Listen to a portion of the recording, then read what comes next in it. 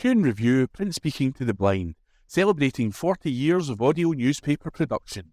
Welcome to this week's edition of the National Podcast, recorded at the Bishop Briggs Media Centre by our amazing volunteers. You can get in touch with us via Facebook, Twitter or Instagram using @KieranReview, that is @CuanDreview. You can also contact us directly by emailing information@cuanreview.com. That is INFORMATION @CuanDreview.com, or by calling 0141 772 3976. That's 0141 772 3976. From the National, Friday the 30th of January 2025, from the news section. I went searching for seals in Scotland. Here's what happened.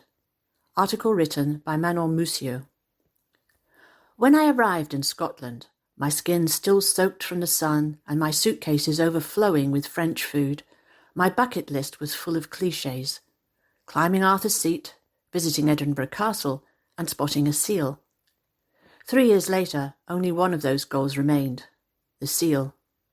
Despite hours of squinting my eyes at every stretch of beach and cliff, I had yet to spot one, even though, according to NatureScott, 40% of the world's grey seals call the UK home.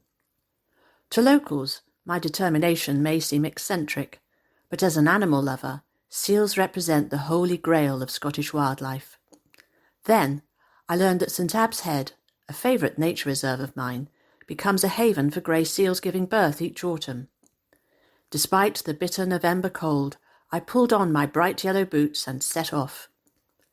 As I approached Petticoat Wick, a cove with stunning views of the beaches and cliffs, my heart started racing. In the cold breeze and light drizzle, several metres below, was a beach swarming with grey seals. Mothers, pups, and even a bull or two lurking in the choppy waters. There, I met Kieran Hatzel, head ranger of the borders for the National Trust for Scotland. As I was staring in awe at the clumsy spectacle, he shared his knowledge with me. Seal mums give birth and feed their pups with rich milk for the first 3 weeks, allowing them to gain up to 2 kilograms daily until they are independent, while mums lose almost half their body weight. According to NatureScott, 90% of the UK grey seal population breeds in Scotland. A conservation success story according to their ranger. Grey seals are one of the rarest seals in the world. We often hear doom and gloom about climate change and overfishing, so a species thriving like this is really rare. This year, the colony had an especially remarkable count of 2,039 pups, the third highest ever. We are really happy with it. They are apex predators, and a healthy apex population shows signs of a healthy ecosystem, Kieran shared. Yet the harshness of nature is evident. Only about half of the pups will survive their first year. Almost to illustrate this, I spotted a lifeless pup, its white fur torn to reveal its ribcage. Nearby, 2 great black-backed gulls fought over its intestine. Death is a normal part of the colony, Kieran said. These gulls act like nature's vacuum cleaner. Seals are incredibly nutritious and will help them survive the winter. Following Kieran's advice, I moved closer to another seal colony. There, I witnessed a moment of gentle fragility as a pup pressed his nose against a wooden fence. His mother's eyes fearful as human voices carried across the plain.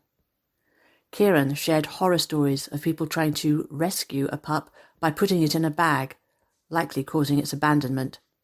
Parents putting their child on a pup for photos, and even fireworks being set off above the colony. That's why the Trust tries to always have someone on site. Our core value is always what is right and best for the wildlife to call this place home. We try to provide seals with a safe, undisturbed place to breed while sharing this amazing experience with people in a respectful way, but it's a fine balance. Observing wildlife responsibly and knowing how to behave around them is crucial, explains Kieran. If seals are disturbed, it's a huge energy drain, especially for females who need all their strength to feed their pups and survive the season. So any added stress can be the difference between life and death for them. The The Trust counted 2,029 visitors during 16 events, making it their busiest and most successful season. Reflecting on the success, the head ranger noted, "Every season we learn something new and want to engage in a positive way. People's natural curiosity is a good thing." As I left St. Abbs, my heart was warmed by the sweet moments I experienced. 3 years of waiting were worth it, and I hope that next year more will be able to join me, not just with their binoculars, but with the desire to learn and protect these magnificent animals. That article was written by Manon Mussio and read to you by Elizabeth. From the National, Friday the 31st of January 2025. From the Politics section. SNP urge UK government to return to European fold following Brexit. Article written by Gregor Young. The SNP has urged the UK government to return to the European fold on the 5th anniversary of Brexit. The UK left the European Union on January 31st, 2020, ending the arduous process of reaching a deal with the bloc after the Brexit referendum of 2016. But the SNP have argued the move was political and economic madness as they pushed for its reversal.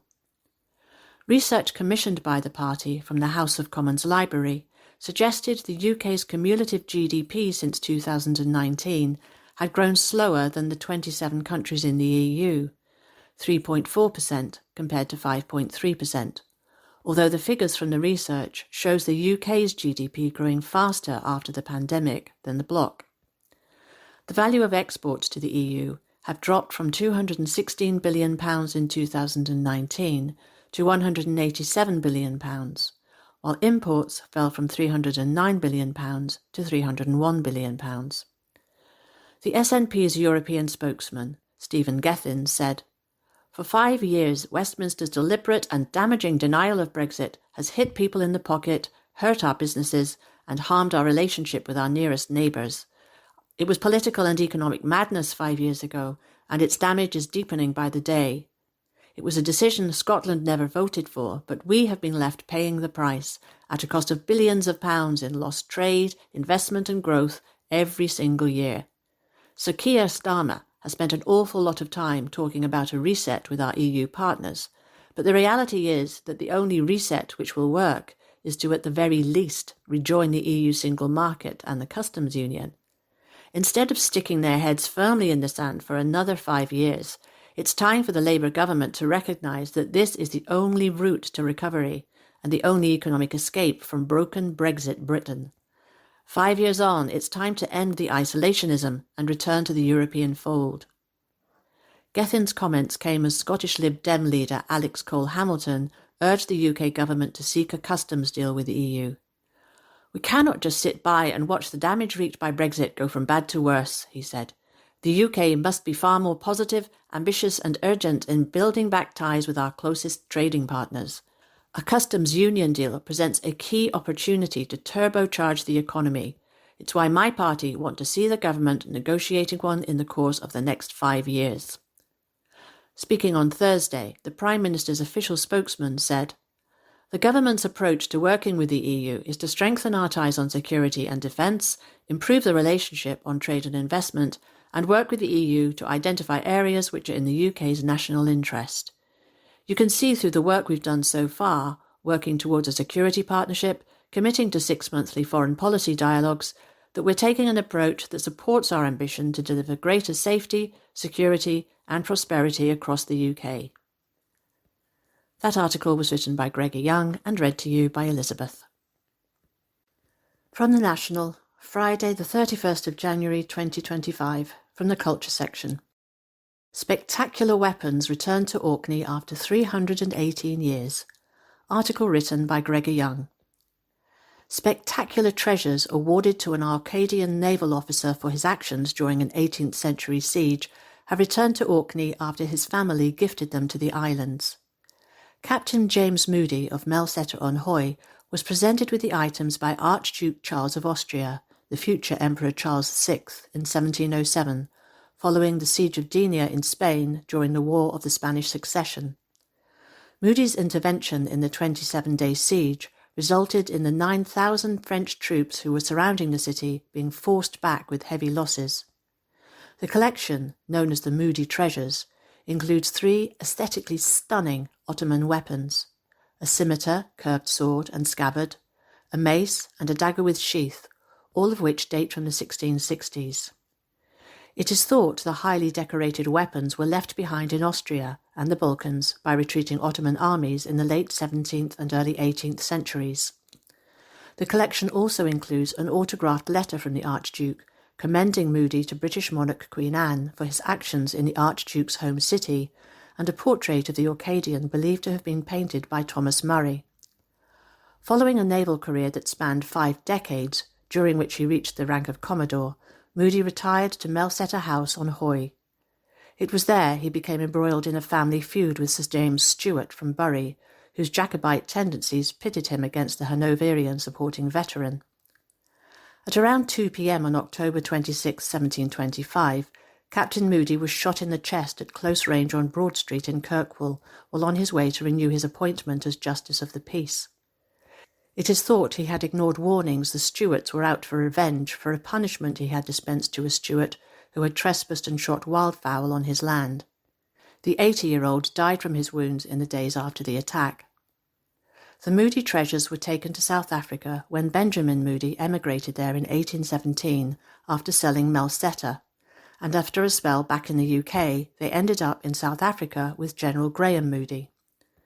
The return of the artefacts to Orkney comes after concerted efforts by the Council's museums team, which over the years has attempted to raise funds to buy the collection each time the family offered it for sale. Then, at the end of 2024, the family offered the collection as a donation, provided the cost of transporting the artefacts be covered. Orkney Islands Council convener Graham Bevan said the whole community is profoundly grateful for the donation. We're very fortunate that throughout the years the Moody family have always maintained a strong commitment to keep the collection together and for it ultimately to come to Orkney, he said. Consistently faced with the choice of breaking the valuable collection up for sale on the open market or keeping it together and essentially gifting it to Orkney, the family has chosen the latter. The museum service, and in turn I'm sure the Orkney community, is profoundly grateful. Upon receiving the offer and against very tight deadlines, our museums team leapt into action and built a successful case to external funders to help with the cost of transporting this important collection back to Orkney. The result being people can expect to be able to view these items in all their splendour at the Orkney Museum by this summer. Nick Hewitt, culture team manager for the council, said it is thrilled to be welcoming the artefacts back to Orkney. From almost giving up any hope of acquiring this collection to now have welcomed specialist fine art movers to carrying the artefacts here to Orkney is simply wondrous. We're still pinching ourselves, he said. The intention is for the collection to be on display to the people of Orkney from May 2025, following the necessary conservation assessments, careful mounting of the artefacts, and the production of a display worthy of this spectacular acquisition. The voyage home of the Moody treasures has been made possible with financial support from the Robertson Nest Trust, the Museums Association Beecroft Bequest, the National Fund for Acquisitions, and the Orkney Heritage Society. The voyage home of the Moody treasures has been made possible with financial support from the Robertson Nest Trust, the Museums Association Beecroft Bequest, the National Fund for Acquisitions, and the Orkney Heritage Society, along with support in kind from Northlink and the Council's Marine Services. That article was written by Gregor Young and read to you by Elizabeth. From the National, Friday the 31st of January 2025, from the Politics section. The SNP will never give in to extremist voices. Article written by John Swinney. Scotland is a proud European nation. We always have been, and we always will be. That European identity was expressed loudly and clearly in the EU referendum in 2016, when Scotland spoke decisively in favour of maintaining our relationship with our European neighbours. We voted in a landslide for the values of equality, inclusivity and openness, which the European Union, at its best, embodies, and for continued economic cooperation and access to the huge economic opportunities the EU offers. Since then, successive UK governments have not just ignored Scotland's voice, They have acted in direct contradiction to the values the people of Scotland so firmly backed. The UK has thrown up barriers to trade, closed down opportunities for business and young people, and made it more difficult for our fellow Europeans to settle here and make a contribution to local communities and our national life. Just this week, the Scottish Government has published new research showing the huge hit to trade in the 5 years since we were forced out of the EU against our will. And we know that the economic damage of Brexit means there are billions of pounds in public revenue that are being lost, meaning less money for us to invest in public services like the NHS. But the economic damage of Brexit is not just expressed in lost GDP or tax revenues. It is having a major impact on household budgets too. The toxic combination of stagnant wages, high inflation, and skyrocketing food prices is causing misery for so many families across the country. Of course, there are many reasons for the cost of living crisis that people in Scotland are facing, but the stark reality is that Brexit is a huge driver. Both Westminster parties are doing everything they can to hide from that reality. Brexit has pushed up prices, taken money out of people's pockets, and ensured that more families are struggling to make ends meet. Any Westminster politician who says otherwise is trying to pull the wool over your eyes. They simply refuse to face up to the extraordinary damage the Westminster consensus on Brexit has wrought. In the face of the overwhelming evidence of the folly of Brexit, the new UK Labour government had a golden opportunity to take a different, evidence-based approach. Instead, just like the Tories before them, they doubled down. Labour and Tories are so weak they cannot stand up to Nigel Farage, and they've decided if they can't beat him, they will join him.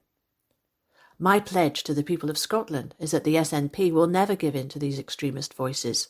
We will take on Farage, his toxic politics, and his disastrous Brexit every step of the way. But in doing that, we will not fight the battles of the past. We will chart a way forward in the future.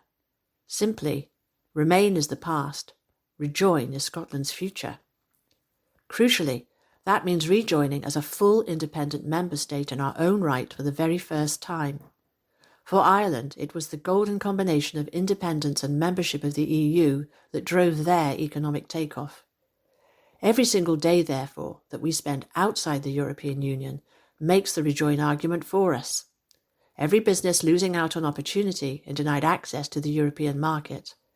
Every young person denied the right to live and work in Europe that previous generations took for granted. Every family getting to the till at the end of their weekly shop and seeing the prices rising seemingly week on week, having to cut back just so that they can put food on the table. That is the impact of Brexit, and there is a clear, obvious and achievable solution to these problems, one which provides real hope for a better future. The Scottish Government will continue to do everything we can to convince the UK Government to take immediate action to repair the damage done to our relationship with Europe.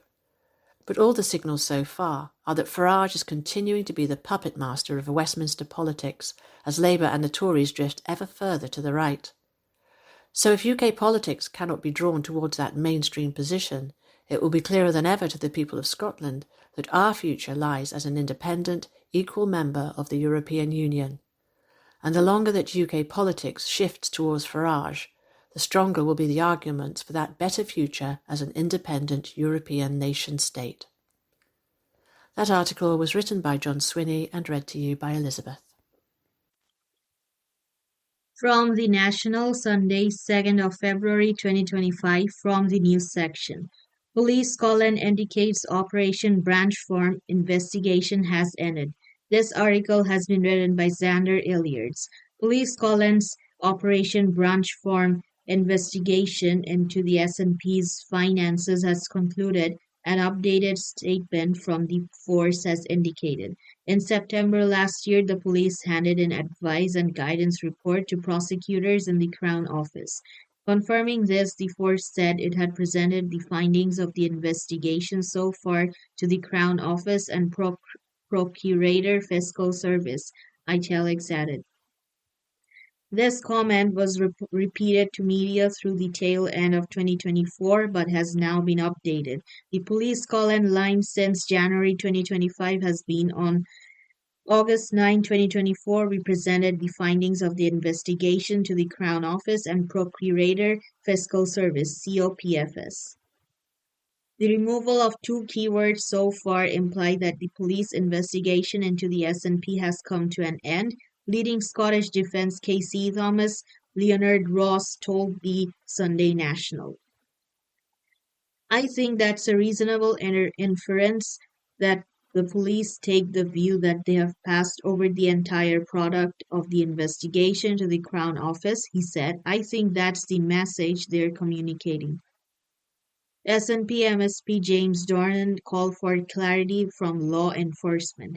If, as is suggested by the most recent form of wording, the Crown Office and Procurator Fiscal have received all the findings of the investigation, then surely, in the interests of justice and fairness, it is incumbent on Police Scotland, the Crown Office, and the Procurator's Fiscal to make a clear and precise statement about where we are with this extensively delayed investigation, he said. However, Ross said that Police Scotland's updated statement did not necessarily mean that the investigation as a whole had concluded. If we are right to infer that the police investigation is over, it's possible that other people will be doing work which the public would regard as investigation and that the prosecution can proceed until they have got that report, the KC said. There's nothing unusual about that earlier. The Crown Office can instruct further investigation and it won't always involve the police. It might be that the Crown has obtained the police report and instructed a forensic accountant to look at certain aspects. Then they have to wait until the forensic accountant has done the work.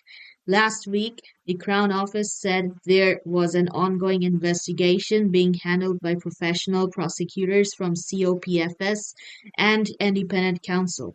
The statement came in response to a claim from Colin Sutherland, Lord Carloway, who is stepping down from his role as Lord President, Scotland's most senior judge, on Monday, that there has been a hold-up with Operation Branchform.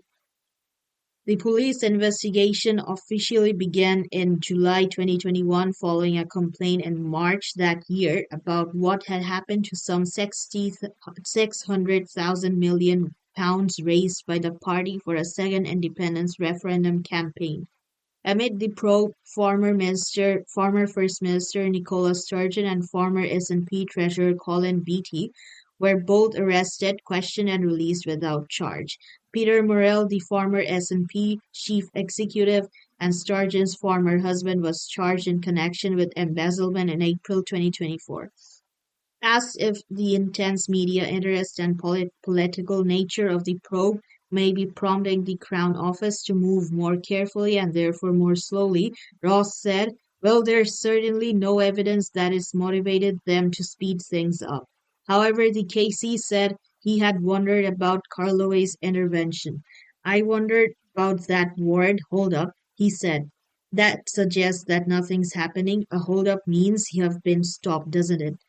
I don't think there's any evidence that it's been stopped. I think it's just that everything takes time at the Crown Office. There's nothing really that surprising about it. It's just moving slowly and there can be reasons for that. Ross added, it doesn't surprise me if it's moving slowly because I wouldn't want them taking staff off murder cases and sexual abuse cases just to please the many people who are obsessed with Operation Branchform. Police Scotland says it submitted its investigation's findings last August, meaning February marks the sixth month since it landed on the Crown Office's desks. Asked if that was a normal timescale for the Crown Office to examine a fraud probe, Ross said, I would have thought if they did anything within a year, it would be surprising. If it's 6 months for a simple fraud, 12 months for something complicated doesn't seem unlikely. I know that they can take years before there's any activity, so it doesn't seem an unreasonable estimate. Last month, Ross made headlines with his prediction that Nicola Sturgeon would not be charged after Operation Branchform. Asked if the updated Police Scotland statement firmed up his belief, the KC said, well, she has never been charged. There is nothing really complicated or technical about it. They took her in, they released her without charge. then went back and charged somebody else. In the presence of any contrary information, there is absolutely no basis for thinking she is going to be charged. In addition, it was reported the Crown Office are taking steps to inhibit the sale of the house, which she shared with Morel. Now she has an interest in the sale of the house, but they didn't inhibit her. They didn't make any application to inhibit her from selling the house. They could have, but they didn't do that. If it was two people to be prosecuted and they had a joint interest in the house, the proceedings to inhibit the house would be taken against both people, which in a way kind of gives weight into it. Police Collins said it did not have any further comment to add. This article has been written by Xander Illiard.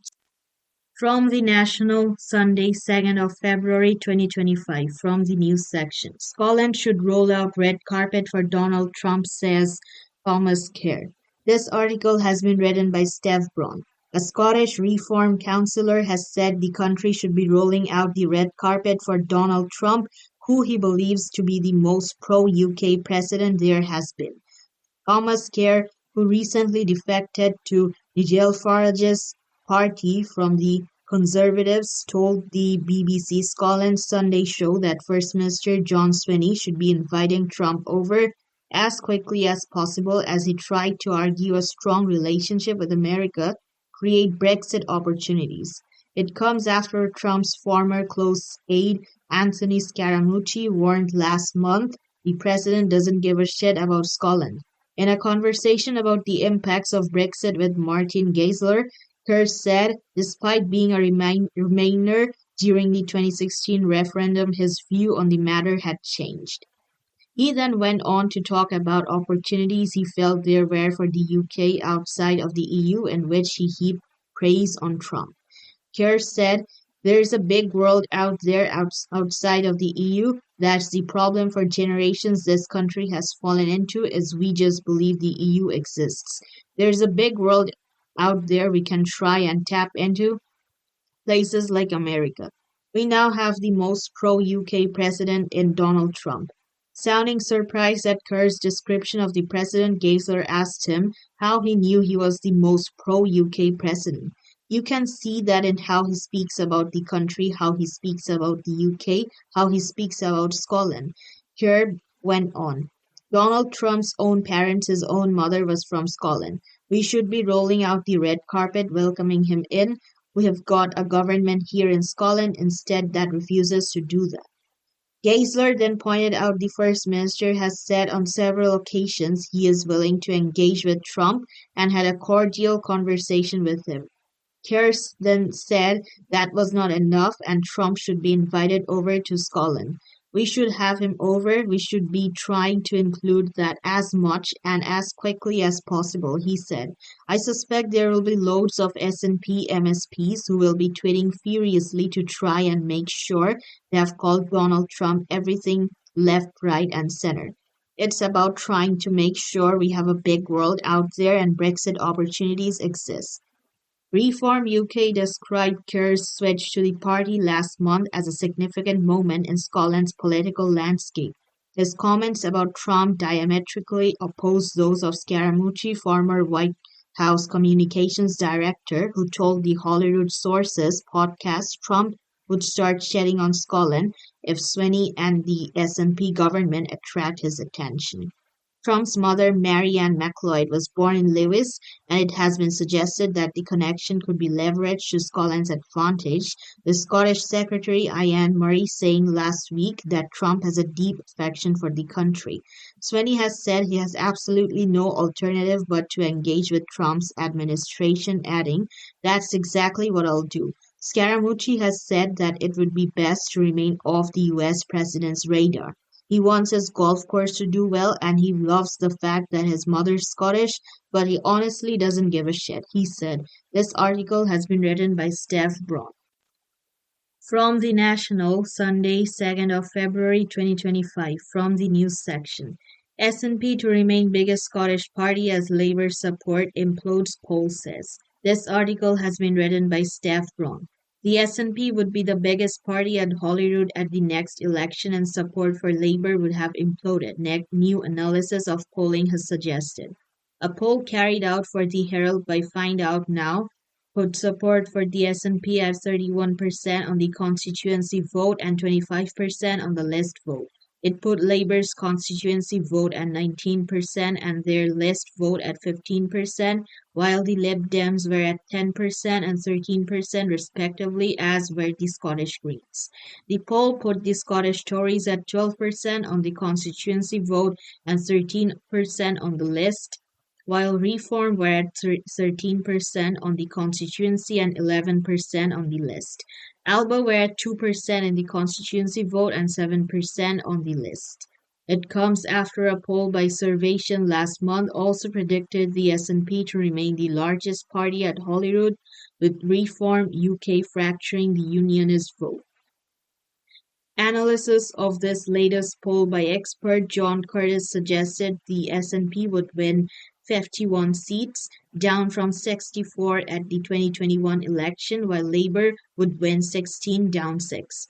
The Scottish Conservatives would win 15 seats, as would the Scottish Lib Dems and the Scottish Greens, while Alba would have 8 and Reform 9, the analysis suggests.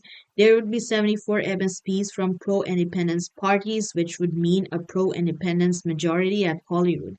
Curtis said, "To be honest, the polling tells us there is no dramatic breakthrough here. It is just that Labour's difficulties seem to continue. Reform's rise is well maintained. The SNP, if anything, is slipping back on these polls compared to previous polls. But the point here is the SNP finds itself where they're basically because Labour support has imploded. That just gives the SNP the chance of forming the next government, albeit from a rather weaker position than it is at the moment. The poll of 1,334 people was carried out by Find Out Now between January 15 and 20. It found that if a Westminster election was held tomorrow, 31% of those questioned said they would vote SNP, while 18% said Labour. Support for the Tories was at 12%, the Lib Dems at 10%, the Greens at 7%, Reform at 17%, and others at 5%. Analysis by Curtis suggests this would result in 31 seats for the SNP and would give Labour 11, the Lib Dems 6, and the Tories 5. This article has been written by Steph Braun. From The National, Tuesday the 4th of February 2025, from the news section. Police scramble as body of woman found at Scottish beauty spot. Article written by Ben Waddle. The body of a woman has been found at a beauty spot in Glasgow Park. Police discovered the 53-year-old's body at the Hogganfield Loch in Hogganfield Park in the East End on Monday, February 3rd. Officers found the woman, who has not been named, shortly before 4 p.m. Following the tragic discovery, officers have since revealed there do not appear to be any suspicious circumstances surrounding the death. A report will be submitted to the Procurator Fiscal. A spokesperson for Police Scotland said, around 3:45 p.m. on Monday, February 3rd, 2025, the body of a 53-year-old woman was discovered at Hogganfield Loch, Glasgow. There do not appear to be any suspicious circumstances, and a report will be submitted to the Procurator Fiscal. A Scottish Ambulance Service spokesperson added, "We received a call at 3:49 p.m. on February 3rd, 2025, to attend an incident at Hogganfield Loch in Hogganfield Park, Glasgow. 2 ambulances and 3 special operations response teams, SORT, were dispatched to the scene." And that article was written by Ben Waddle. From The National, Tuesday the 4th of February 2025, from the news section. EasyJet announces new European route from Edinburgh Airport. Article written by Andrew Smart. A new European route from Edinburgh Airport has been unveiled by the budget airline EasyJet. The route to Bordeaux in France will be the only direct flight to the popular city from Scotland. Discussing the exciting connection, Ali Gayward, EasyJet's UK country manager, said that it was great to be able to offer our customers yet another new route. She added that the location is the ultimate culinary break, with the route offering convenient access to the city centre for business. She said that by growing the company's network in Scotland, the firm is continuing to provide greater connectivity for its customers.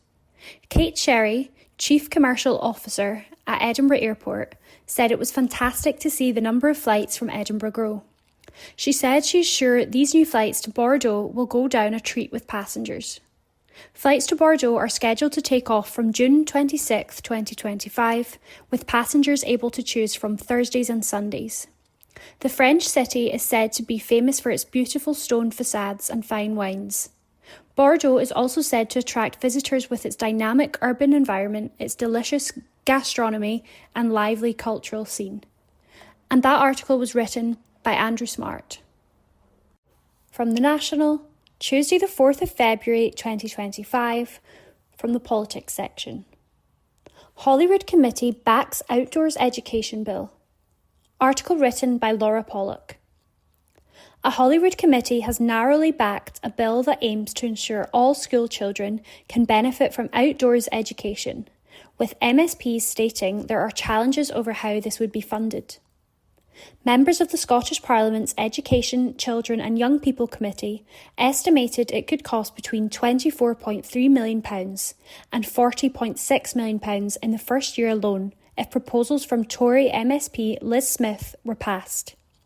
The Conservative MSP wants to change the law so that all pupils can have the chance to experience at least 4 nights and 5 days of residential outdoor education during their time at school. After scrutinising the proposals in her schools bill, MSPs agreed that such experiences can have life-changing benefits for youngsters. But their report raised concerns over how this would be funded and how to ensure pupils with additional support needs, ASN, could also benefit from the trips. And the MSPs made clear this bill should only proceed providing these concerns can be addressed. The casting vote of convener Douglas Ross meant that the committee narrowly backed the general principles of the bill to ensure all pupils in Scotland have equal access to residential outdoor education. Meanwhile, the report stressed the committee had outlined concerns in relation to a number of areas, including the financial aspects of this bill, adding that if it was passed, sufficient time must be allowed to put the necessary arrangements in place prior to its implementation. While the report stressed that the committee believed that all pupils should have the opportunity to experience residential outdoor education at some point in their school career, they also said there were some challenges with the universal approach put forward in the legislation. These included how any statutory requirements to provide residential outdoor education should be funded, as well as ensuring that disabled children get the support they need to enjoy the right equally, with MSPs noting this would have additional resource implications. Ross said Smith should work with the Scottish Government to seek to resolve the issues with the bill. The committee convener said, "Throughout this inquiry, we heard about the hugely positive impact the outdoor residential education can have on the development and attainment of children and young people. While we agree with the general principles of the bill, there are financial challenges attached to the delivery of outdoor residential education that need to be overcome for it to become law. We want to see the Scottish Government and the member who introduced the bill, Liz Smith, MSP, work together to resolve these." Smith said, "I'm delighted that my bill has the backing of the Education Committee, which has recognised the well-documented advantages of ensuring that every Scottish pupil can take part in outdoor education. Those benefits are particularly pronounced for the most disadvantaged children, who are currently likely to miss out. That's why my bill would guarantee equal access and the opportunity for all to gain from these potentially transformative residential programmes. While funding will be something to be examined in detail during the bill's progress, I hope the bill will get wide support from all parties as it moves forward." And that article was written by Laura Pollock. From The National, Tuesday the 4th of February 2025, from the news section. Police block off area after woman raped in Glasgow underpass. Article written by Xander Eliards. Police have sealed off a Glasgow underpass after a woman was raped. Officers descended on Garscube Road in the Cowcaddens area of the city at 8 p.m. on Monday after a report of a serious sexual assault. Police are still investigating the attack and no arrests have been made yet. A Police Scotland spokesperson said, Around 8 p.m. on Monday, February 3rd, 2025, we received a report of the serious sexual assault of a woman at an underpass on Garscube Road, Glasgow. Inquiries are ongoing and the underpass is closed to pedestrians. And that article was written by Xander Elliards. From The National, Tuesday the 4th of February 2025, from the Politics section. Labour Minister defends Keir Starmer over alleged COVID breach. Article written by Xander Elliards. The Tories are only mudslinging by claiming Keir Starmer flouted COVID lockdown rules after hiring a voice coach for face-to-face sessions during the winter of 2020, a Labour minister has said. It comes after experts of Get In, a book on Starmer's leadership being serialised by the Sunday Times, described coach Leonie Mellinger as having qualified for key worker status. She also wore a face mask during the meeting at Labour Party headquarters on Christmas Eve in 2020, according to the book by political journalists Patrick Maguire and Gabriel Pogrund. The Prime Minister has denied breaching pandemic restrictions, but opposition critics have seized on the revelation as evidence of what they suggest amounts to a potential breach of lockdown rules, as London and the South East were under regional restrictions at the time. Jake Berry, who briefly served as Tory party chairman under Liz Truss, told GB News, "What really galls me about this is his office," he says. "We said she was a key worker. You can't do that. It was set out in law. I voted in Parliament on what constituted a key worker. You couldn't suddenly go, you know what, I need my nails done. Today I will designate the person who does my nails as a key worker. It's a disgrace." He added, "The real question here is, did the person who is now Prime Minister of the United Kingdom break the law? On these facts, it appears that he may have done. The precedent is that you resign, and he said he'd resign if he was convicted. In fact, Boris Johnson, the only UK Prime Minister to have ever found to broken the law while in office, did not resign. Prime Minister Starmer has said that he, of course, did not breach restrictions. Health Minister Karen Smith defended the leader on Tuesday, saying Starmer was working to prepare for interviews in the run-up to the UK leaving the EU. "I think what we're seeing again is more mudslinging by the Tories on this issue at a time when they were partying. And we've got all the evidence of that, and the sorry tale of that," Smith said. Keir was working. Working was allowed in Tier 4 in London at that time, she told GB News. Tory former Minister Richard Holden has written to the Prime Minister to ask whether he thinks it flouted the restrictions and insisted he has serious questions to answer. At the end of a press conference during his visit to Brussels on Monday, Starmer was asked whether he broke rules during the COVID pandemic. "Of course not," he replied before leaving the podium. Downing Street had repeatedly refused to be drawn on the claims that lockdown rules were breached when asked by journalists earlier on Monday. Asked if Starmer considered the voice coach to be a key worker, the Prime Minister's official spokesperson said, "I'm not going to get into any matter to do with the opposition. The Prime Minister is focused on delivering on the government's priorities and the people's priorities." And that article was written by Xander Elliards. From The National, Tuesday the 4th of February 2025, from the news section. Scottish chippy goes viral for latest deep-fried invention. Article written by Amy Miles. A popular chippy in Bearsden has fans going crazy for their latest creation. Hook and Catch, ex-Tuck Shack, who in the past went viral for their way of making a spice bag, have done it again with their giant Yorkshire pudding.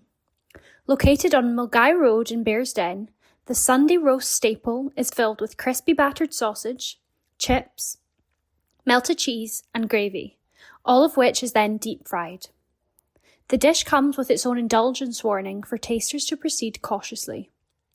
In an Instagram post, the family-run chippy said, "Warning, extremely indulgent dish, consume at your own risk. Craving the ultimate comfort food?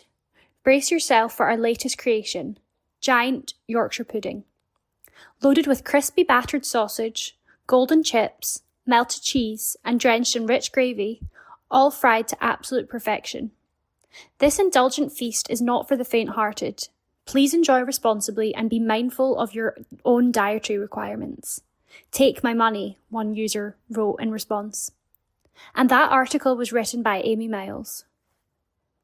The National News on Wednesday the 5th of February. Plans for a battery storage plant would cause destruction to major farmland.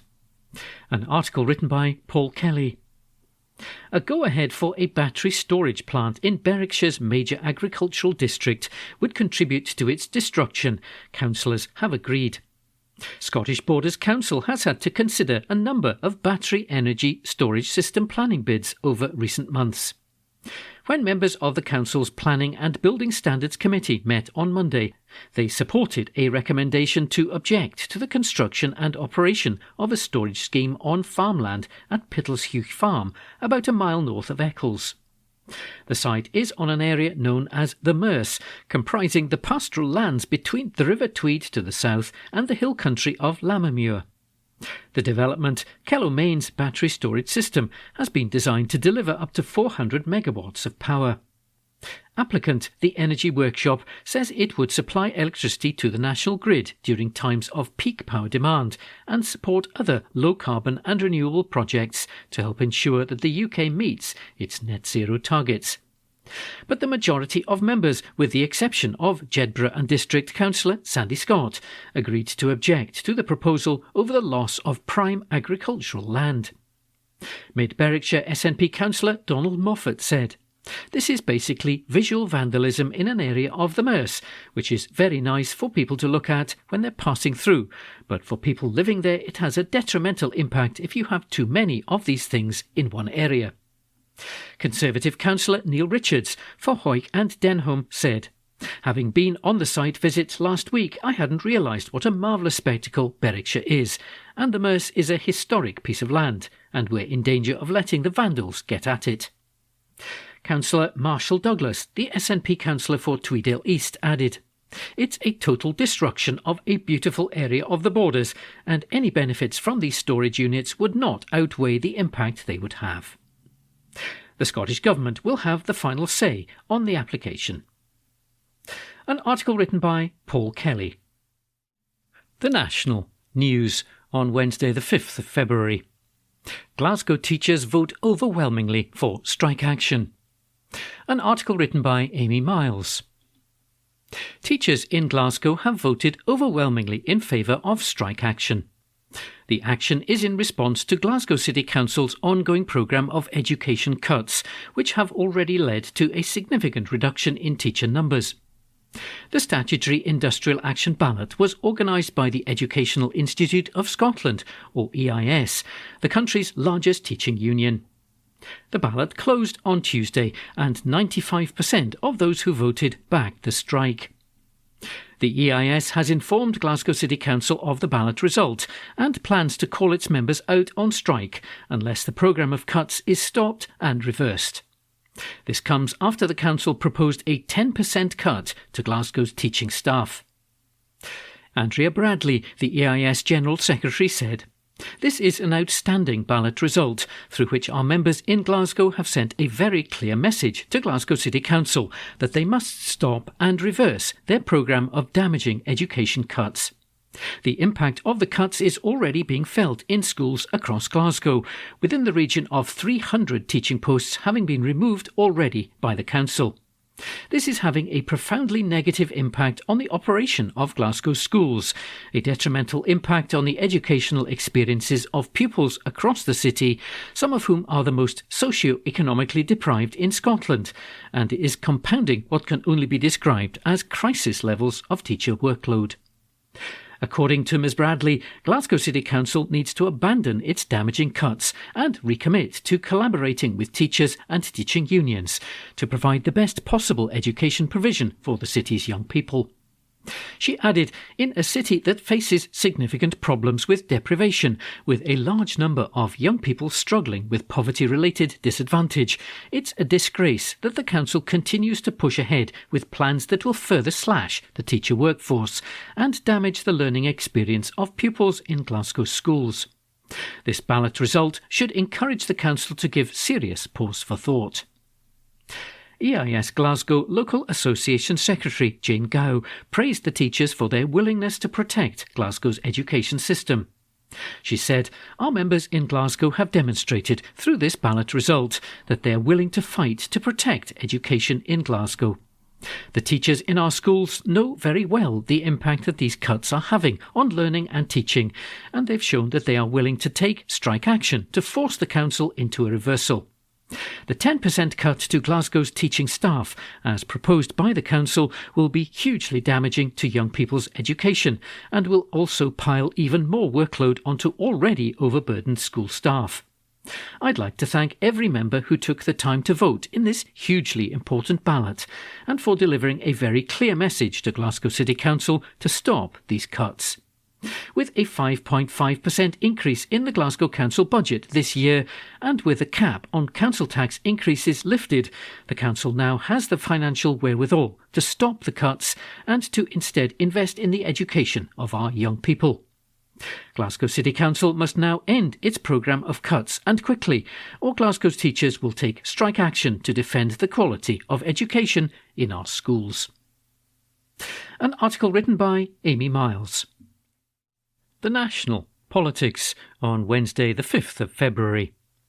Labour MPs at breaking point with Keir Starmer in a row over the Rosebank consent. An article written by Alistair Ferguson and read by Howell. Westminster Labour politicians are reportedly at breaking point with Sir Keir Starmer over the potential approval of a new oil and gas field in the North Sea.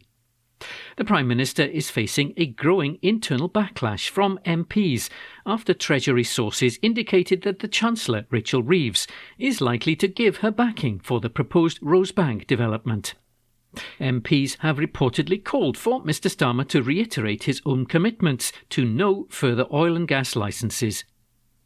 Last week, a judge ruled that consent for the Rosebank development, given the green light by the previous Conservative administration, was unlawful, following a legal challenge brought by Greenpeace and Uplift. Previously, the Energy Secretary Ed Miliband described the licence issued to Rosebank as climate vandalism. Ms Reeves is reportedly supportive of a new application for environmental consent for the North Sea development, despite Labour's manifesto promising not to issue any new exploration licences. MPs who are concerned about the climate emergency are reported to be likely to make their appeals directly to Mr Starmer about the importance of being seen to stand by the party's manifesto commitment of no new oil and gas licences. It was also reported that MPs said that more criticism would be forthcoming if the approval was being pushed by the Treasury. This is absolutely a line in the sand for almost everyone in the Parliamentary Labour Party. This goes specifically against what we said we are about, one MP told the Guardian newspaper.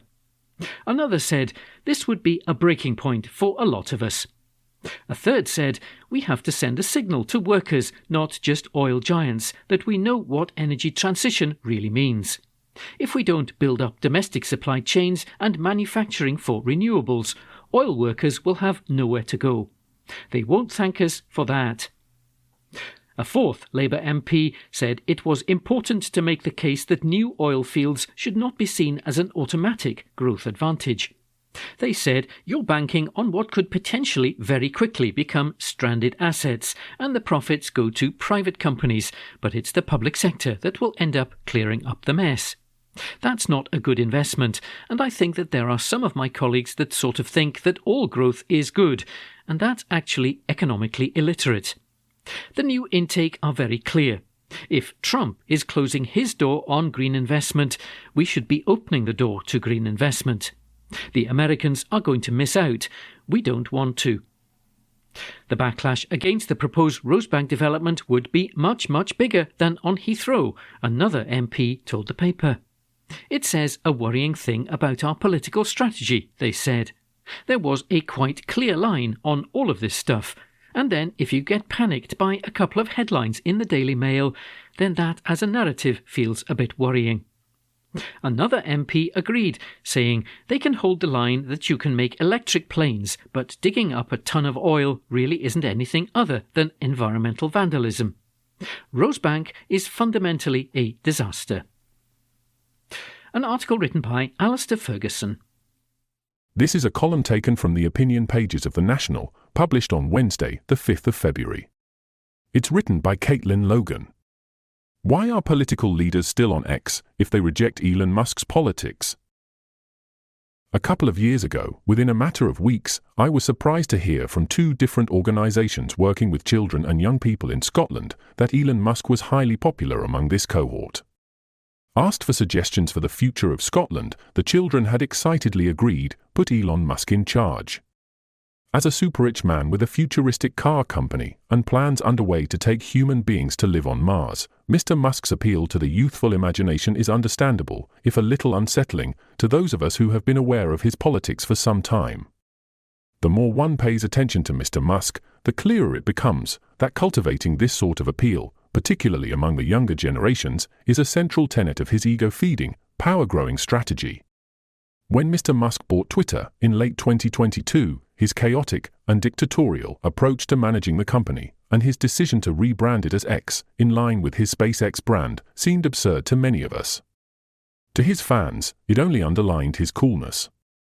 Through that platform, now under his control, Mr. Musk has positioned himself as a protector of free speech, as long as it's not speech that he disagrees with, and as one of the people, unafraid to say what he thinks, continuously, at all hours of the day and night.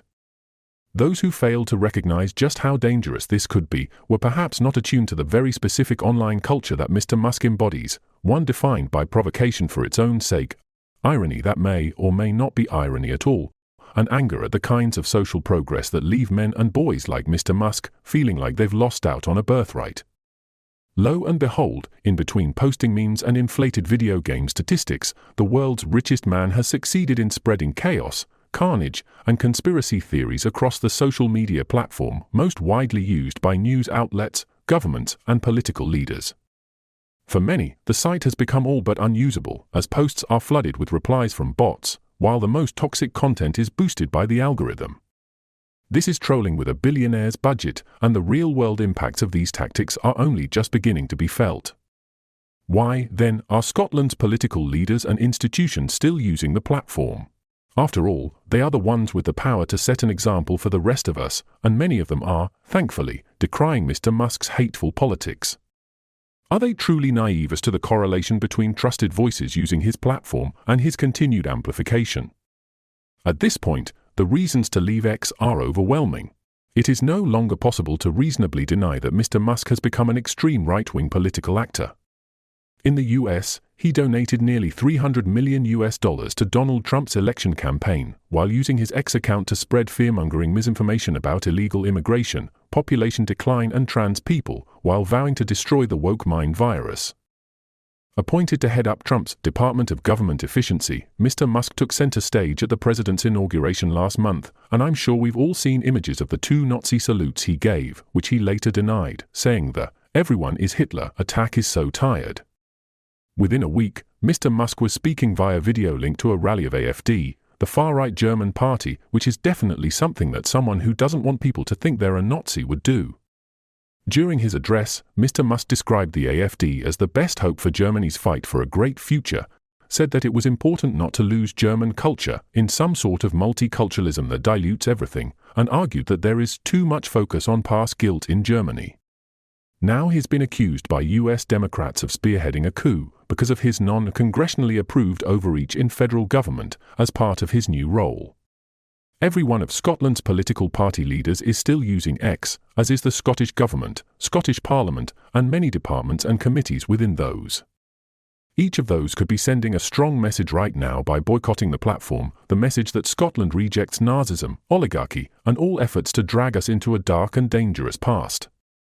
The people who need to hear that message aren't Mr. Musk himself, although I'm sure it would get to him, which is a worthwhile goal in itself, but the people within Scotland, who want to know what our political establishment stands for. In the face of rising global fascism, in which one megalomaniac billionaire is positioning himself as a key influencer, what are they willing to do? When push comes to shove, if pressing the deactivate button on a social media account is too difficult, this doesn't bode well for what comes next. The obvious retort to this will be, but we need to be on there, because that's the only way we can reach people and influence positive change. There are two fallacies within this logic. One is the idea that people would be on X, whether the big accounts like politicians were there or not. Many people in Scotland who have an interest in politics will feel the need to stay on X precisely because it's one of the main platforms being used by government ministers and MSPs. There are other platforms, after all, such as Blue Sky, which feels a lot closer to the earlier days of Twitter, and which could be made all the better if more of us were on there and making active use of it. If you build it, they will come, as they say. The other misconception is that X is still useful in any meaningful sense as a tool of information sharing and progressive influence.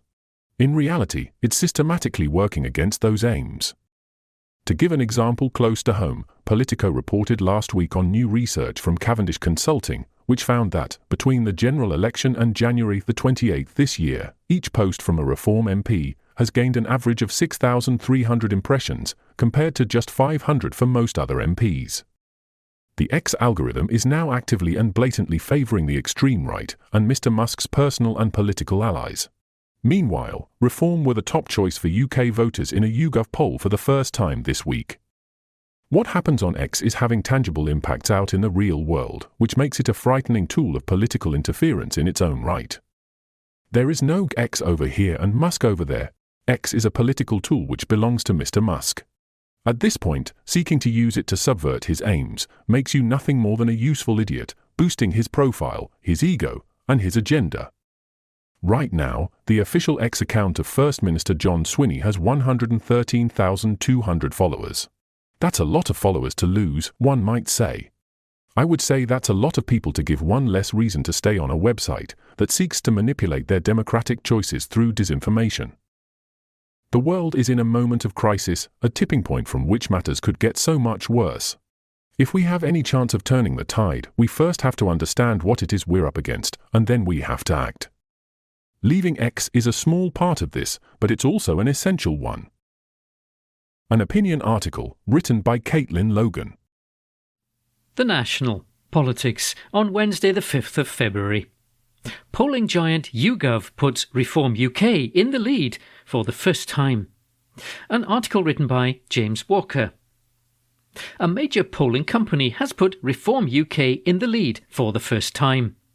Nigel Farage's party beat the Labour Party in a YouGov voting intention poll published by Sky News on Monday. It showed that if a general election were held tomorrow, 25% of UK voters would choose Reform, 24% choose Labour, and 21% would vote for the Tories. The UK-wide poll also puts the Lib Dems on 14% and the Greens on 9%. While this is the first time that Reform UK has topped this particular poll, it's within the margin of error. It's not the first time that Reform UK has polled first in a UK-wide poll, however. The party topped a Find Out Now Westminster poll last week, with Mr Farage's party on 26% of the vote, outstripping the Tories on 23% and pushing Labour into third place on 22%. It comes as YouGov boss Steve Hatch has stepped down from the research firm after criticism of its performance by activist investors. Shares in the company have dropped by more than half since he became chief executive in 2023.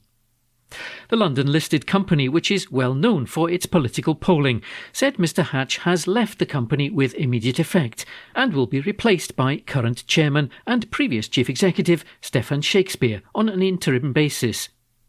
It will also launch a recruitment process to find a permanent successor.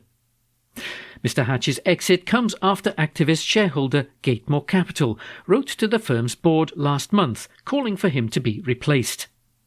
Gatemore, which owns a 1.3% stake in the business, called for an interim boss to come in and undertake a strategic review of the firm to revive its ailing share valuation. On Tuesday, Mr Hatch said, "My sincere thanks to all at YouGov for their hard work and inspiration over the last 18 months. It's the right time for a change, and I wish Stefan, the board, and all at YouGov the very best for the future." An article written by James Walker. The National Politics on Wednesday the 5th of February. Labour side with the Tories by abstaining as budget passes its first vote. An article written by Xander Elliots. The SNP government's budget has formally passed its first Holyrood vote. MSPs voted by 74 to 30, with 21 abstentions, to back the spending plans laid out in the Budget Scotland bill.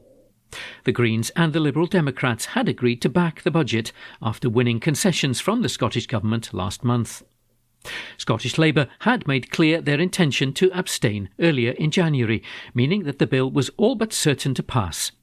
In the Holyrood Chamber yesterday, Labour faced criticism from the Conservatives, the Greens and the SNP for declining to try and win changes in the SNP budget plans. Craig Hoy, the Scottish Tory finance spokesperson, said that Anna Sawah's Scottish Labour had handed the SNP the cheapest budget deal in the history of devolution. Michael Mara, Scottish Labour's finance spokesperson, suggested that his party's contribution had been the record funding settlement from the UK government. Green MSP Ross Greer responded, "It seems that Labour's argument this afternoon is that Scottish Labour's contribution to the budget is the £5 billion of consequentials from the UK government. Now, being generous, that would be an argument for the election of Scottish Labour MPs. I hate to break it to our Labour colleagues here. They are not MPs, they are MSPs, members of this Parliament, who had the opportunity to negotiate to include their priorities in this budget, and declined to do so." And the SNP MSP Emma Roddick said, "We're supposed to believe that Labour is ready for government, but Labour MSPs won't even talk about governing. I do wonder how much of their resistance to take part in this process is a result of an inability to challenge their London bosses or reconcile their vague calls for a new direction with what their own party has decided to do and say on welfare." After the vote, SNP MSP Kenneth Gibson said that in abstaining, Labour had sided with the Tories over making progress. "It's clear now that the Scottish Parliament is divided into parties who want to get things done and make progress for Scotland, and parties who don't," he said. The Labour Party's decision to sit on the political sidelines with the Tories instead of standing with our NHS will haunt Anna Sawah for a long time to come. And he now needs to justify why his party didn't support £21 billion of investment in the NHS. The SNP said that the budget would provide record funding for Scotland's NHS after a £2 billion increase, restore a universal winter heating payment to every pensioner household from 2026, develop systems to scrap the two-child benefit cap by 2026, allocate a record £15 billion for local government, and provide £768 million for affordable homes. Finance Secretary Shona Robertson said, "Parliament can see that the offer to Scotland has been enhanced by the separate agreements reached with the Scottish Liberal Democrats and the Scottish Greens, and the further action we will take in newborns affected by drugs, free school meals, nature restoration, along with the introduction of a bus fare cap pilot and targeted support for hospices and colleges." This collaborative approach between parties demonstrates how the Scottish Parliament was designed to work, effectively engaging and negotiating to agree solutions for the benefit of Scotland. We'll now move ahead with delivery, providing improvements to the services in Scotland, which is what the people of Scotland want. Only the Tories opposed the budget bill. Mr Hoy accused the Lib Dems of having sold out by backing plans which include spending on independence through the Constitution Unit. However, Scottish Lib Dem leader Alex Cole-Hamilton said that there was no independent spending in the budget, which he said was a win for his party.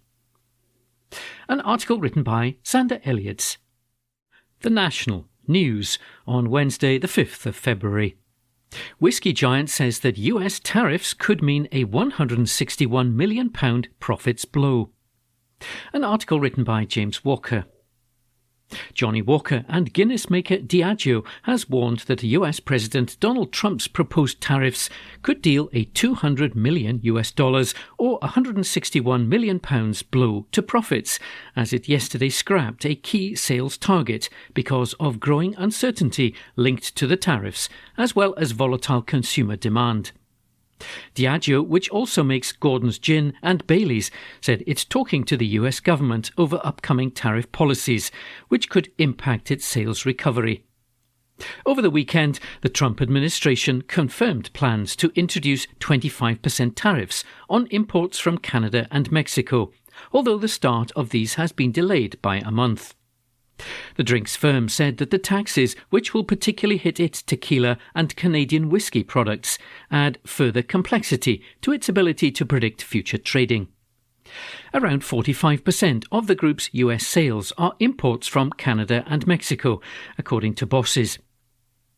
Finance chief Nick Jangiani said yesterday that it's currently expecting a roughly $200 million impact if tariff policies remain the same.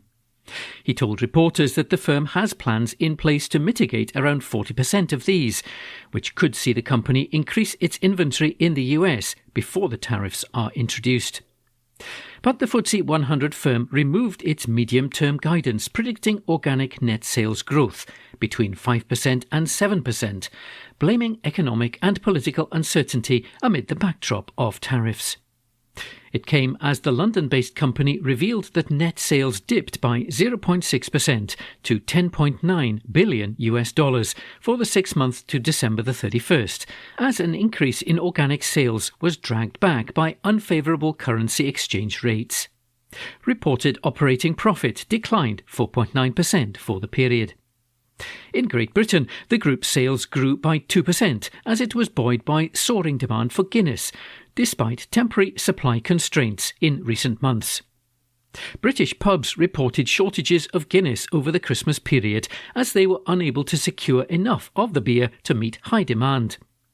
Guinness sales growth offset weaker spirit sales in Britain, which the group said were down by around 6% for the half year. Across Europe, spirit sales slipped 3% despite double-digit growth in tequila and a price inflation-driven rise for the aniseed flavour spirit raki. It said these were more than offset by lower demand for gin, vodka and rum. Deborah Crew, chief executive of Diageo, said, "Our fiscal 2025 first-half results marked a return to growth, delivering organic net sales growth of 1%, despite a challenging industry backdrop as consumers continue to navigate through inflationary pressures." The confirmation at the weekend of the implementation of tariffs in the United States, whilst anticipated, could very well impact this building momentum. "We're taking a number of actions to mitigate the impact and disruption to our business that tariffs may cause." An article written by James Walker. This is from The National on Thursday, 6th February 2025. From the Culture section. Aberdeen drinks firm lands major Scotmid deal. By Alistair Ferguson.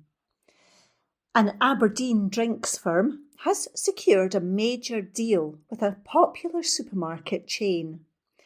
Fierce Beer has brewed up a deal with retailer Scotmid to sell its new fizzy and fruity creation, Iron Brew. The drink from the Granite City's only brewery is a combination of part beer and part nostalgic soft drink and has hit the Scotmid shelves across the country. Fierce Beer was founded by Dave Grant, an explosives expert turned craft beer entrepreneur, and his business partner, Dave McHard, who both swapped careers in oil and gas to take on the craft beer industry. We always felt there was room for something different in the market, and we were confident we could go up against the big names, Grant told the Press and Journal. The big driver for us was the fact that there wasn't a brewery in the city of Aberdeen itself. It's quite sad that we're still the only city brewery. He added that the majority of Scots don't know who Fierce Beer is, but will concentrate on building the brand in Scotland. Grant said, "We've moved away from wanting to conquer the UK because it's very difficult to do, and we'll concentrate on the Scottish market, particularly the local market. I would still say that the majority of people don't know we exist. When they do come out to visit us, they're quite surprised that we're a large production facility. Richard McClelland, sales consultant for Fierce Beer, expressed his enthusiasm for the launch as he said the supermarket chain is the champion of Scottish brands. He said, "Working with ScotMid is an incredible opportunity for us. They are champions of local Scottish producers, and it's exciting to have our Iron Brew beer cooler exclusively available in their stores. This brew is one of our most unique and exciting creations to date, and we're thrilled to bring it to ScotMid's customers. It's a true celebration of Scotland's ingenuity and vibrant flavours." Stephen Addison, local sourcing manager in ScotMid, hailed the collaboration with Fierce Beer as he said supporting Scottish businesses is part of ScotMid's ethos.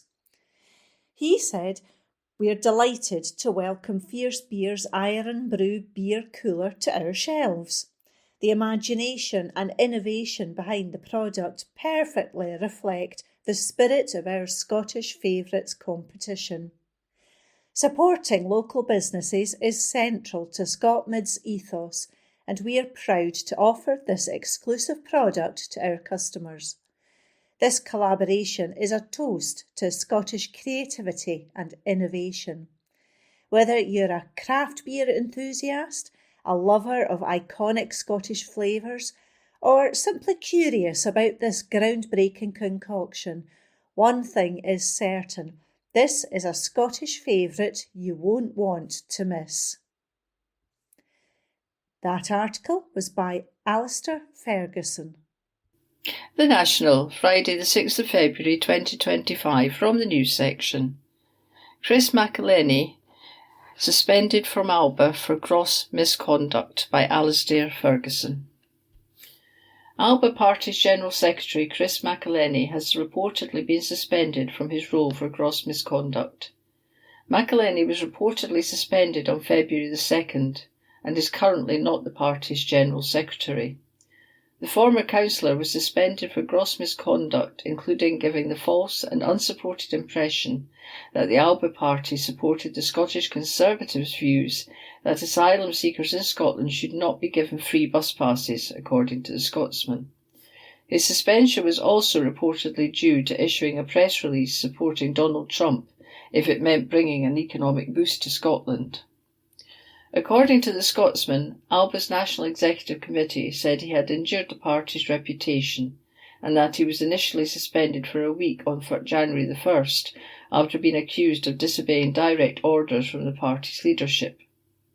An Alba source told the paper, Mr McElhenney was suspended from his position on January the 1st for disobeying direct instructions from the party leadership and obstructing party office bearers from carrying out their duties. Since then, he has been on a mission to tarnish and discredit Mr McCaskill in an attempt to hinder Mr McCaskill's chances of becoming party leader. Mr McElhenney doesn't think the rules apply to him, and when Mr McCaskill decided to apply the rules, he simply couldn't comprehend it. He is, of course, entitled to due process, and we will have to wait and see what the outcome is.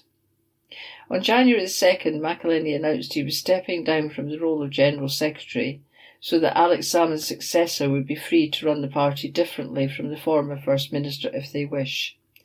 Currently, McCaskill and Ash Regan have put themselves forward to be the next leader of Alba. When asked about McElhenney's suspension, McCaskill said, "There are ongoing internal disciplinary procedures underway, and we do not comment on that." A friend of McElhenney reportedly said, "Chris neither spoke against or for free bus travel for asylum seekers." The point he made was it was not racist to discuss the merits of the policy and what actual benefit it would provide to support the lives of asylum seekers and assure communities are involved in decision-making. They added, in regards to his comments that it was essential to work with the President of the United States for the benefit of the economy, his opinions are much in line with every world leader. The absurdity of these issues shows there is a clear and coordinated attempt to remove Master McElhenney, Alex Salmond's closest ally over the past years, who, along with a handful of others, built the Alba Party up to the verge of a Holyrood breakthrough, from his role ahead of the upcoming Alba leadership election. On Tuesday, the National revealed that the Alba leadership contest had descended into chaos, after accusations of bullying and harassment were levelled against McCaskill. Alba members were informed he had been barred from attending party meetings amid an investigation, but McCaskill claimed he had successfully challenged this. McElhenney had emailed a group of senior Alba members on Saturday to say that McCaskill faced allegations of bullying and harassment. In the email sent to members in strict confidence and seen by the National, McElhenney said he had informed McCaskill of the ban. However, McCaskill told the National an unauthorised and unconstitutional attempt was made to allegedly suspend me, Kenny McCaskill, by an individual acting out with the limits of their powers. The attempt was firmly rebutted by the National Executive Committee, and the matter is now being dealt with internally.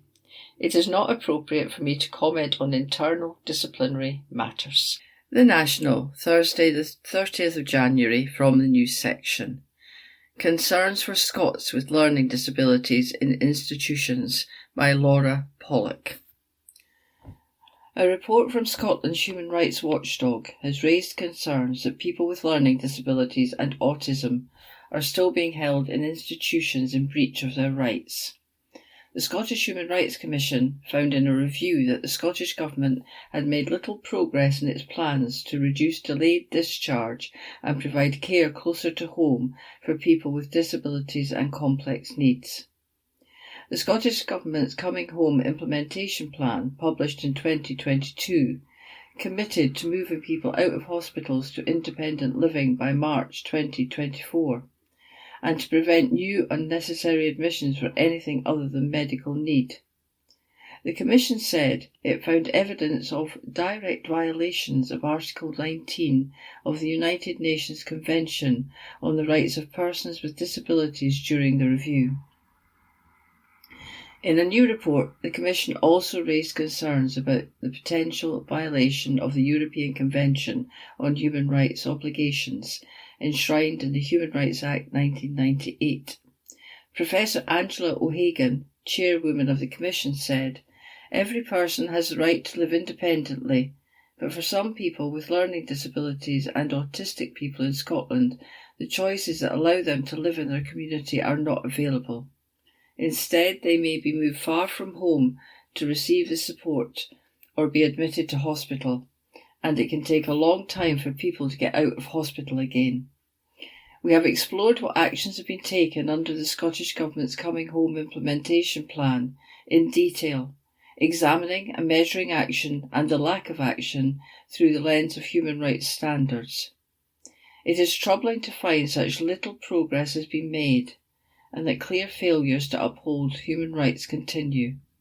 This evidence reveals a failure to uphold the right to independent living in terms of Article 19 of the United Nations Convention on the Rights of Persons with Disabilities, and the action must be taken immediately to prevent violation of human rights.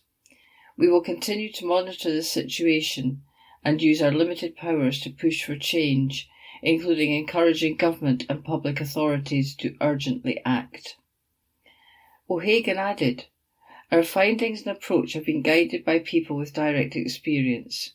We are hugely grateful for their time and insight, which has informed the project overall, including a short new film and toolkit to help people who want to advocate for change. We encourage all human rights defenders to use the findings of this report, the human rights framework it contains, and the toolkit we have published alongside to challenge inadequate progress where they see it. The Scottish Government has been approached for comment." The National, Friday the 6th of February 2025, from the news section.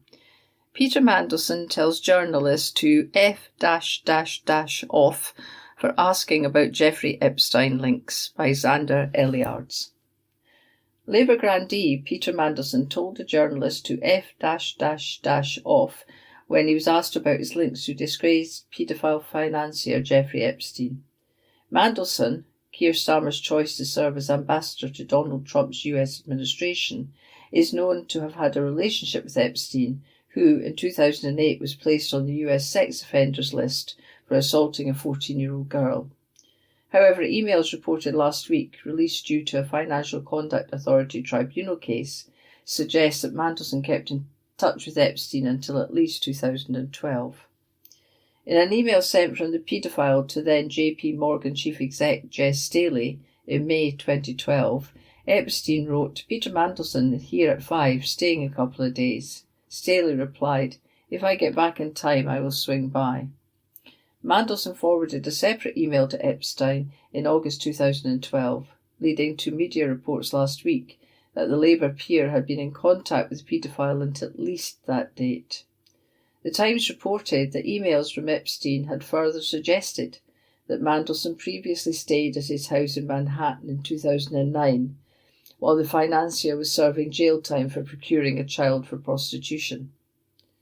In an interview with the Financial Times published on Thursday, Mandelson was asked about his connection to Epstein, who was ultimately arrested on federal charges for the sex trafficking of minors in 2019, before dying in a jail cell later that year. The FT reported on an internal JP Morgan report from 2019, filed to a New York court in 2023, which said that Jeffrey Epstein appears to maintain a particularly close relationship with Prince Andrew, the Duke of York, and Lord Peter Mandelson, a senior member of the British government. George Parker, the FT's political editor, then reported that Mandelson had told him to F-off when he asked about the connection.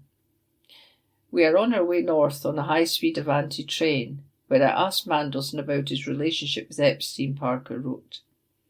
"I regret ever meeting him or being introduced to him by his partner Ghislaine Maxwell," Mandelson says.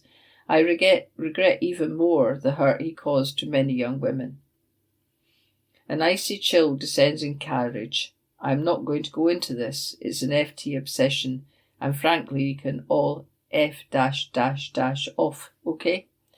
Previously, a spokesperson for Mandelson has said, "Lord Mandelson very much regrets ever having been introduced to Epstein. This connection has been a matter of public record for some time. He never had any kind of professional or business relationship with Epstein in any form." In 2022, Maxwell, Epstein's partner, was sentenced to 20 years in prison for offences linked to the sex trafficking of minors. The socialite, who was labelled dangerous by the prosecution during her 3-week trial in 2021, was convicted for helping to entice vulnerable teenagers to the financier's various properties for him to sexually abuse between 1994 and 2004. Maxwell said at the time, "I believe Jeffrey Epstein fooled all of those in his orbit. His victims considered him a mentor, friend, lover. Jeffrey Epstein should have stood before you in 2005, in 2009, and again in 2019. But today it is for me to be sentenced." That concludes this week's edition of the National Podcast. Please remember to subscribe to our channels at Tune Review and to tell your friends about our service.